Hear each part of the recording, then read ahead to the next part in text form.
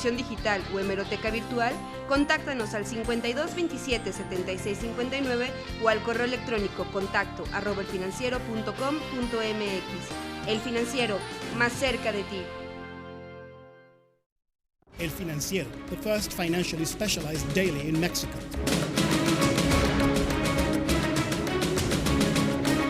32 years of intelligent, influential, independent, innovative journalism. We are opinion leaders in Mexico. La transmisión de hoy representa un hito en la historia de este periódico, El Financiero. ¿Cómo estás, Lucero? Adelante, por favor. Bueno, pues aquí seguimos al pie del cañón y bastante cómodos. Tenemos una vista bastante linda. Y bueno, te comento que al finalizar el discurso de Enrique Peña Nieto, pues ya vemos salir a los cientos de asistentes. We have experienced the big changes in the region. National exclusives. Con el presidente de México, Enrique Peña Nieto, en el marco de esta reunión del Foro Económico Mundial aquí en Lima, en Perú. México está impulsando cambios estructurales que sin duda le van a permitir crecer de manera sostenida y sustentable. Experienced in global coverage. We will reach 6 million homes in the region via DTH, with journalists with bright careers. Bienvenidos a El Financiero Bloomberg desde la capital mundial de la globalización. Desde el puente de Brooklyn en Manhattan, El Financiero Bloomberg con la mejor cobertura. desde el corazón de las finanzas del mundo. Bienvenidos a Wall Street, la capital financiera del mundo. Esto es El Financiero Bloomberg. Today we make the big changes. Print edition redesign, apps, a new portal, a world-class TV channel. No me equivocaré si digo que todos los que estamos aquí somos usuarios de la información que nos provee Bloomberg. Es una nueva etapa en la vida del financiero. Two prestigious brands coming together. Two visions that agree. El Financiero Bloomberg, financial journalism in Spanish. We will make the difference in Latin America.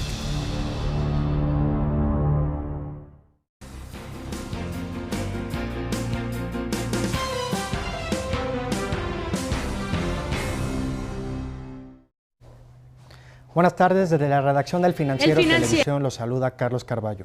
Comenzamos con la información más relevante de este día.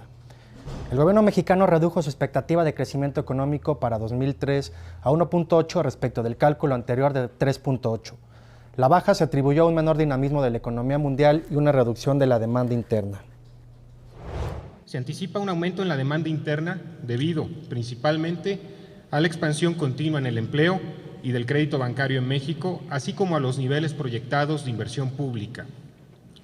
Con base en este conjunto de información, la Secretaría de Hacienda y Crédito Público pronostica una tasa de crecimiento de la economía para 2013.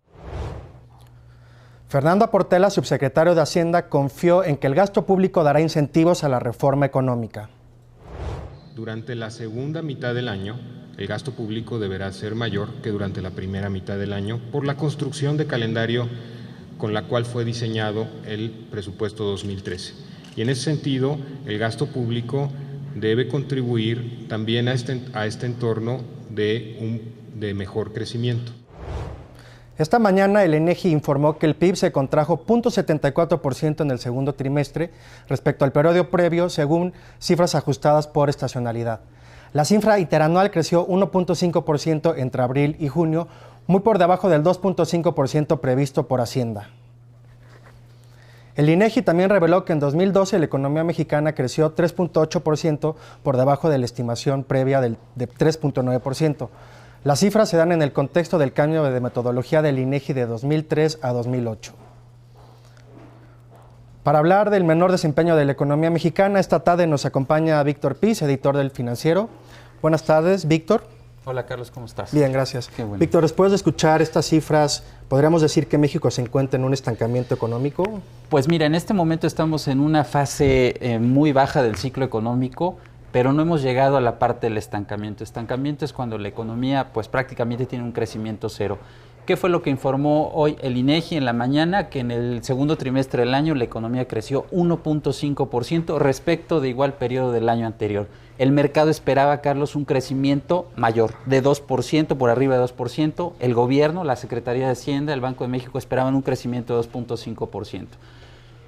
Al mismo tiempo, el INEGI informa que revisa su cifra de crecimiento para el primer trimestre. Inicialmente se tenía un crecimiento de 0.8% que se revisa a la baja a 0.6%. ¿Qué quiere decir esto? En suma, en el primer semestre del año la economía crece solo 1%, es un crecimiento muy bajo, pero bueno, es un crecimiento al fin y al cabo. Esta cifra lleva a la Secretaría de Hacienda a revisar su expectativa de crecimiento para todo el año. Inicialmente, la Secretaría de Hacienda esperaba un crecimiento de 3.5% a principios de año. En mayo se da la primera revisión de 3.5 a 3.1% y hoy finalmente dice la Secretaría de Hacienda el crecimiento no va a ser de 3.1, va a ser de 1.8%, que lo que hace es alinear su expectativa con la de los analistas en los mercados financieros, que también están viendo un crecimiento cercano a 2%, los optimistas, los más pesimistas, por abajo de 2%, Carlos. De acuerdo. Muchas gracias, Víctor, por tu comentario. Gracias a ti, buenas tardes. Mauro Leos, jefe regional de crédito de la firma Moody's, afirmó que si bien la perspectiva de crecimiento económico para México para este año es débil, a mediano plazo la eventual aprobación de una reforma energética puede ser positiva. Está en el corto plazo la realidad de una economía que está siendo débil y que muy probablemente continúe siendo débil por lo que resta del año. Está por el otro lado la expectativa de que se hagan cambios de fondo, que finalmente pasen reformas y que eso se traduzca en un escenario mucho más favorable del que habíamos tenido antes en términos de los fundamentos de la economía, en términos de lo que llega a determinar crecimiento de mediano plazo, que es más que nada inversión. En este momento hacemos una pausa, pero antes los dejo con las bolsas de América y del mundo.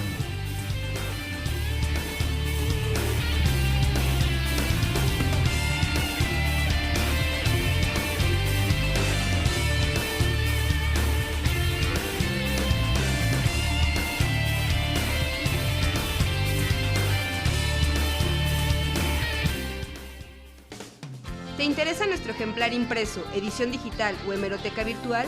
Contáctanos al 5227-7659 o al correo electrónico contacto@elfinanciero.com.mx. El Financiero, más cerca de ti. El Financiero, presente en las redes sociales. Síguenos en Twitter, @elfinanciero_MX. Interactúa con nosotros en Facebook, /El Financiero MX. Y en el canal de YouTube Financiero México podrás ver el histórico de videos. El Financiero, presente en las redes sociales.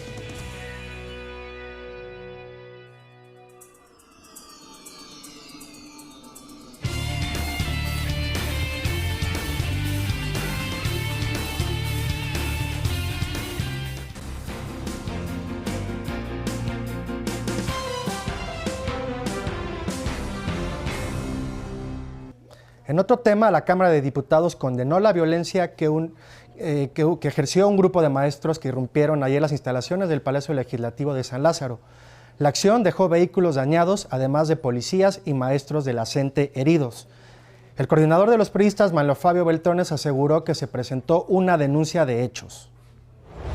Y no atenderemos las presiones, vengan de donde vengan, sobre todo de algunos delincuentes disfrazados de maestros, los mismos que serán denunciados directamente ante el Ministerio Público Federal y ante el Ministerio del Fuero Común por los delitos que hayan cometido en contra del Congreso.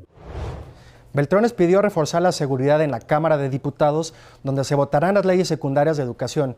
Mientras tanto, integrantes de la CENTE colapsaron el tráfico de la ciudad hasta instalarse en el Zócalo capitalino.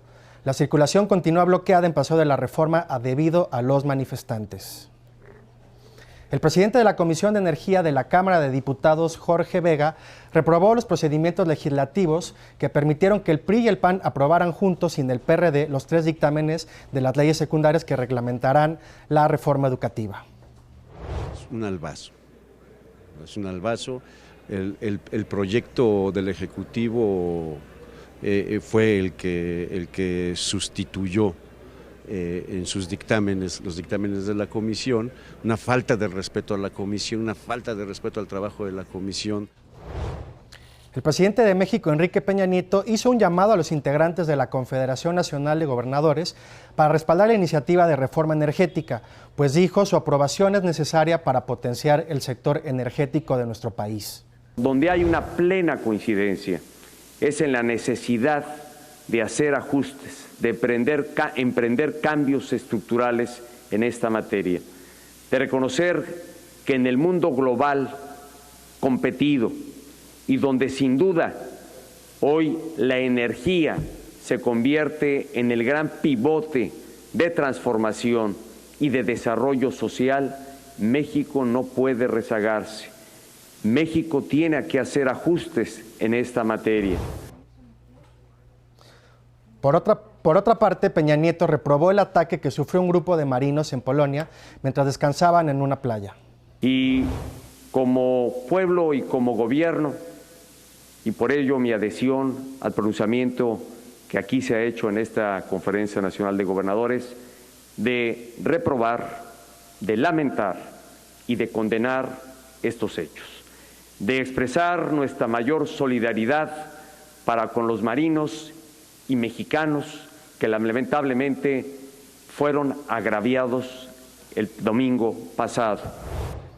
El director general de Pemex, Emilio Lozoya, dio la bienvenida a la iniciativa de reforma energética del PRD, pues dijo que esto contribuirá a que se enriquezca el debate en el país. Hay sin duda elementos que nos parecen muy positivos, como la autonomía que se pretende dar a Petróleos Mexicanos en ciertas decisiones de gestión, también una mayor autonomía presupuestal, un cambio en régimen fiscal, pues todas estas son coincidencias de los partidos. Tras participar en la reunión plenaria de los diputados del PRI, Lozoya confió que el debate sobre la modernización del sector energético será constructivo a partir de la discusión de datos y cifras y no con dogmas ideológicos. Dijo que sin duda habrá cambios a partir de las propuestas presentadas. Un campo para discutir, enriquecer y llegar a acuerdos es en la necesidad de darle certeza jurídica a contratos que eliminen todo el riesgo sobre los hombros del Estado, como actualmente sucede hoy. En entrevista con el financiero líder moral del PRD, Cuauhtémoc Cárdenas, consideró que una de las principales fallas de Pemex es la corrupción de los altos funcionarios de la paraestatal, situación que según dijo se podría corregir sin necesidad de una reforma como la que propone el PRI, lo que calificó de altamente privatizadora. Nosotros estamos pensando más que en solo salir a manifestarnos, que a lo mejor lo podemos hacer. Estamos pensando en seguir las vías legales, las rendijas que nos deja por ahí la ley, para tratar de frenar una reforma que consideramos lesiva al interés del país. Cárdenas negó que la propuesta de realizar una consulta popular previo a la aprobación de la reforma energética sea una manera de polarizar a la sociedad. Yo creo que la polarizan más las marchas que el que hagamos una consulta y busquemos firmas de pues mucha gente que pudiera estar de acuerdo, ni siquiera, es decir, aún los que estén en contra. El PRI, el PAN y el PRD ya presentaron sus propuestas de iniciativa de reforma energética con las que buscarán fortalecer al sector, así como a Petróleos Mexicanos. Pero ¿sabe usted cuáles son las principales características de cada una? Nuestra compañera Mariana Hernández nos lo platica. Las tres principales fuerzas políticas han presentado sus propuestas de reforma energética. Senadores consultados consideraron que las propuestas tienen grandes diferencias, pero también una importante coincidencia: no privatizar a Petróleos Mexicanos. La iniciativa del Partido Acción Nacional se basa en 10 puntos claves, entre los que destaca permitir la participación de la iniciativa privada al 100%, sin perder el estado de la propiedad de los hidrocarburos. Es orientar toda la política energética hacia los resultados, hacia maximizar los beneficios de la renta petrolera para todos y cada uno de los mexicanos. ¿Por qué? Porque lo que estamos planteando es un sistema abierto. Tenemos una diversidad de hidrocarburos debajo de nuestros suelos y de nuestros mares. A su vez, la propuesta del presidente Enrique Peña Nieto propone la modificación de los artículos 27 y 28 constitucionales, así como establecer contratos de utilidad compartida. Nosotros pensamos que una reforma de este calado debe tener un impacto prácticamente de inmediato. Nosotros pensamos que rápidamente se debe adecuar las nuevas condiciones de Pemex para la competencia internacional. Por su parte, la iniciativa del Partido de la Revolución Democrática tiene como puntos fundamentales no modificar ningún artículo de la Constitución, cambiar 12 leyes secundarias y crear una ley de excedentes petroleros. Esto es posible modernizar el sector, modernizar Pemex, sin trastocar ningún esquema constitucional, ni mucho menos. Los legisladores consultados consideraron importante realizar diálogos con expertos, así como tomar lo mejor de las propuestas para lograr la reforma energética que México necesita. Para el Financiero Noticias, Mariana Hernández. Doy la bienvenida en este estudio al senador del PRD, Armando Ríos Peter, para hablar sobre la propuesta energética de su partido. Senador, buenas tardes. ¿Qué tal, Carlos? Muy buenas tardes. Gracias por permitirme estar aquí contigo. Gracias, senador. Senador, ¿se pueden hacer cambios sustanciales en Pemex sin hacer reformas constitucionales? Bueno, nosotros estamos convencidos no solamente de que sí es posible, sino que es vital para la empresa, para su modernización y para garantizar que se convierta pues, en una industria exitosa, como lo es, pero que desafortunadamente por la corrupción, por la falta de transparencia, por la mala forma en la que se le cobran impuestos y por la dificultad que tiene para tomar decisiones estratégicas en un plan de negocios normal que pudiera tener como cualquier empresa, pues se requieren cambios fundamentales como los que planteamos el día de ayer de la mano del ingeniero Cuauhtémoc Cárdenas. Ahora, senador, ¿cómo ven ustedes los contratos de utilidad compartida planteados por el gobierno federal y las concesiones del PAN?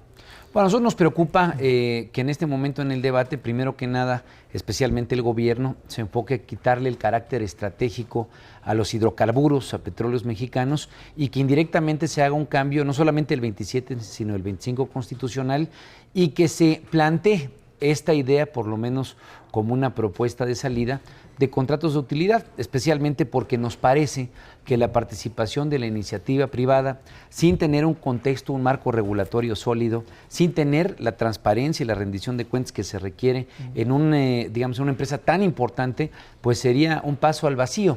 La historia de las privatizaciones y la participación de la iniciativa privada, como lo saben hacer o como lo han promovido en las últimas 2 décadas quienes están en el gobierno, pues ha dejado un mal sabor de boca, ha entronizado solamente negocios para unos cuantos en lugar de garantizar un desarrollo de las industrias en las cuales dichas privatizaciones han ocurrido, y eso obviamente no solamente nos preocupa, sino que al tener una propuesta alternativa como la que planteamos, dándole autonomía presupuestal, dándole un nuevo esquema mucho más flexible en términos fiscales y obviamente enfocándonos a que de una manera mucho más transparente pueda funcionar Pemex, pues nos parece que esa sería la ruta correcta para garantizar la modernización sin privatización. Ahora, senador, ¿qué escenario vislumbra si se aprueba la reforma como la propone Peña Nieto y la que propone también el PAN? Pues a mí me preocupa que tanto el PRI como el PAN no estén atendiendo, digamos, a un llamado de serenidad, en cierto sentido de que la discusión sea una discusión lo más amplia posible. Ellos se confían y se basan en la mayoría legislativa que tienen en la Cámara de Diputados, en el Senado, pero me parece que en el tema de petróleo habría que tener una visión mucho más trascendente y mucho más profunda. Nosotros por eso hemos planteado que sería una buena idea, un buen planteamiento el promover un plebiscito, una consulta ciudadana. Nos parece que un tema como el del petróleo y sobre todo por lo que significa para la presente y las futuras generaciones sería indispensable contar con una consulta popular que nos pueda permitir saber qué opina la ciudadanía, qué rumbo tomar y no tomar pues una decisión a la ligera. Ellos tienen la mayoría, estoy consciente de ello como senador, sin embargo ayer también se hizo una convocatoria muy puntual para que con los instrumentos de ley que se tienen en la Constitución, pues también se pueda promover una consulta popular en el horizonte del 2015 y garantizar, si es que desafortunadamente ellos pudieran o ellos quisieran imponer esa mayoría en un tema que es tan trascendente, pues poder promover frente a la ciudadanía con una mayor información un planteamiento legislativo que sea acorde con la viabilidad de la empresa, manteniendo pues su condición y su carácter estratégico para el desarrollo del país. Ahora, senador, ¿le alcanza a Pemex solamente con limpiarlo de corrupción para que sea una empresa económicamente sólida? A nosotros nos parece que sí, nos parece que no solamente es un tema de combatir la corrupción, sin duda alguna es una premisa fundamental. Muchas de las decisiones que se han tomado en Petróleos Mexicanos se han tomado a partir de una lógica de corrupción, y eso le ha dado muchas veces inviabilidad o falta de sustento a muchos de sus ámbitos. Habría que preguntarse por qué no hay suficientes gasoductos y por qué hay tantos transportistas de pipas.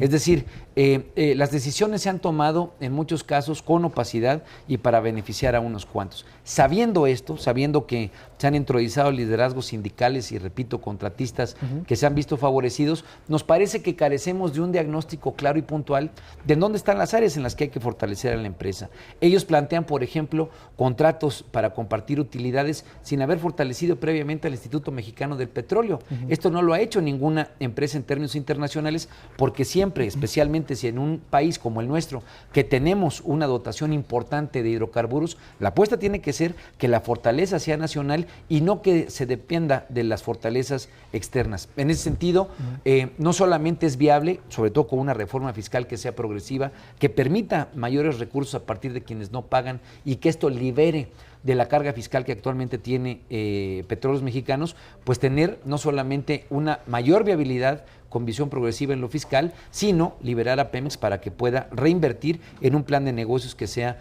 pues verdaderamente visionario, que es lo que le ha impedido Hacienda hasta la fecha. ¿Y usted cree que eso tendrá que ver con un aumento en el IVA en los alimentos y en las medicinas? Por supuesto que no. Esa es la receta que planteó en su momento Fox, que quiso repetir Calderón. Me parece que este gobierno ha tenido, y tuvimos una reunión con el secretario de Hacienda, por lo menos el tino de entender que la parte de IVA en alimentos y medicinas pues es contrario a los sectores que menos tienen.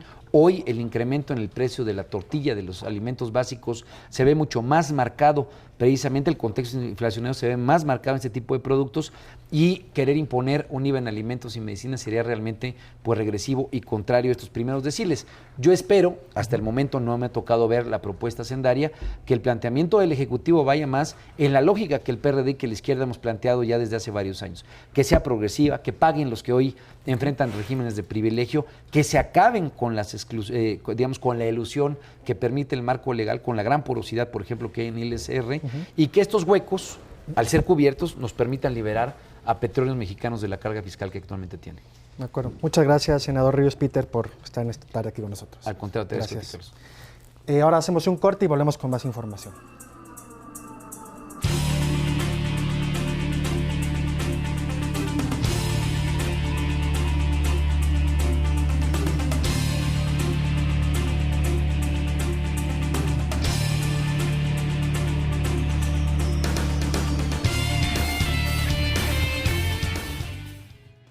El Financiero, presente en las redes sociales. Síguenos en Twitter, @elfinanciero_MX. Interactúa con nosotros en Facebook, /El Financiero MX, y en el canal de YouTube Financiero México podrás ver el histórico de videos. El Financiero, presente en las redes sociales.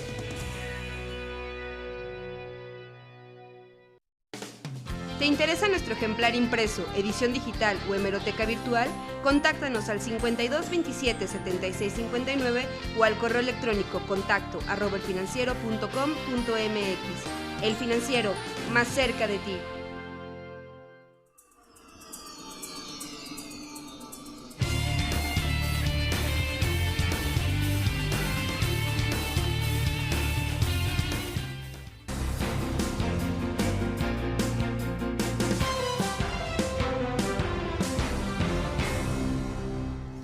En otro tema de interés nacional, el presidente Enrique Peña Nieto envió al Senado su propuesta de los 14 comisionados que integrarán al Instituto Federal de las Telecomunicaciones y la Comisión Federal de Competencia Económica. La propuesta incluye a 7 funcionarios que hoy trabajan en la COFETEL y en la Comisión Federal de Competencia. El Senado tendrá 10 días hábiles para analizar la propuesta. En China, el titular de la Secretaría de Comunicaciones y Transportes, Gerardo Ruiz Esparza, presentó a sus colegas de ese país el Programa de Inversiones e Infraestructura 2013-2018 y la reforma de telecomunicaciones. Durante el encuentro también se intercambió información sobre proyectos ferroviarios y portuarios. Ahora damos un recorrido por el mundo empresarial.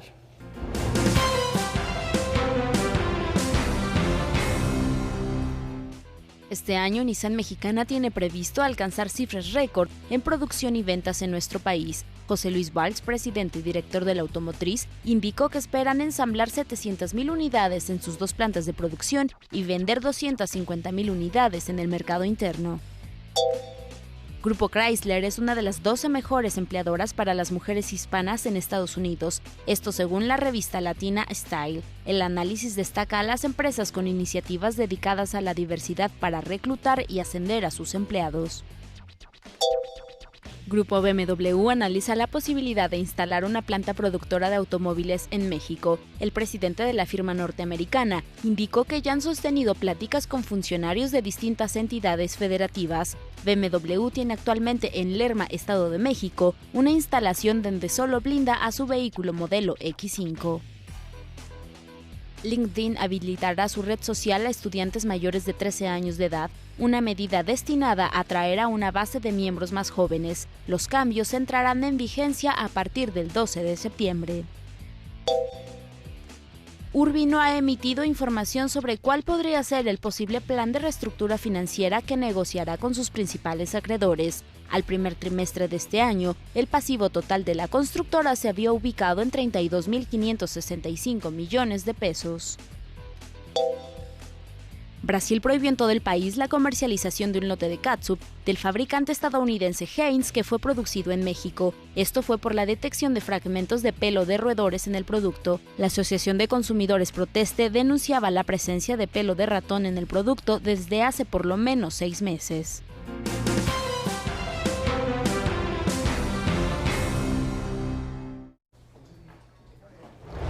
En este momento nos enlazamos hasta la redacción con nuestro compañero Antonio Sandoval, quien nos dará un adelanto de lo que tendrá mañana la edición impresa en Asuntos Empresariales. Antonio, buenas tardes. Hola, ¿qué tal? El próximo 2 de septiembre entrará en vigor una nueva muestra para el índice de precios y cotizaciones de la Bolsa Mexicana de Valores. América Móvil, no obstante mantenerse como la emisora más influyente, ha perdido peso relativo y algunas otras acciones se le acercan. Le invitamos a conocer cuáles son esas acciones, así como el top 5 de las acciones más influyentes en el índice de precios y cotizaciones de la Bolsa Mexicana de Valores mañana en la edición impresa del periódico El Financiero. Muchas gracias. Gracias a ti, Antonio. Esta mañana llegó a la Ciudad de México Sandra Ávila Beltrán, mejor conocida como la Reina del Pacífico. Autoridades de Estados Unidos y del Ejército mexicano entregaron a Sandra Ávila a la PGR para ser trasladada al Penal Federal del Rincón en Nayarit. La PGR ejecutó una orden de reaprehensión otorgada por un juez de distrito por el delito de operaciones con recursos de procedencia ilícita.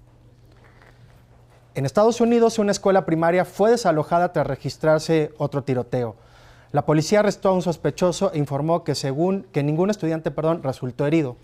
Imágenes aéreas mostraron a niños corriendo y al menos a un hombre armado con un rifle, aunque no estaba claro si él era el atacante. La crisis política que vive Egipto afecta ahora al turismo de ese país.